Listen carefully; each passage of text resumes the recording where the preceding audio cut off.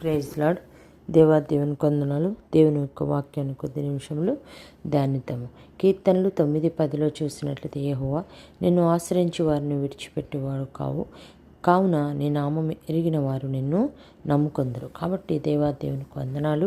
మరి దేవుని ఎవరైతే ఎంతమందితో ఆశ్రయిస్తారో, ఆయా సమస్యలతోని, బాధలతో, ఇరుకులతో, ఇబ్బందులతో, ఎన్నో ఫైనాన్షియల్ ప్రాబ్లమ్స్ తోటి, కుటుంబాలు సమాధానం లేని పరిస్థితులు, మరి ఎన్నో రకాల సమస్యలు ఈ లోకంలో ఎదుర్కొన్నప్పుడు ప్రతి ఒక్కరం ఆయన్ని ఆశ్రయించినప్పుడు నుంచి వినండి, ఆయన ఎప్పుడు మనల్ని విడిచిపెట్టడు. ఒంటరిగా విడిచిపెట్టకుండా ఆయన మన పక్షంలో గొప్ప కార్యాలు చేసే దేవుడుగా ఉన్నాడు. కాబట్టి ఆయన నామం ఎరిగిన మనం అందరము ఇంకను అధికంగా ఆయన నమ్ముకుంటూ ముందుకెళ్ళినట్లయితే మనం నిజమే అన్ని విషయాల్లో మనము మరి ఆయన ఇచ్చే కృప అనేది మన కుటుంబాల పట్ల కనికరాన్ని చూపడానికి దేవుడు మరి మనందరినీ నడిపించునుగాక. ఆమేన్.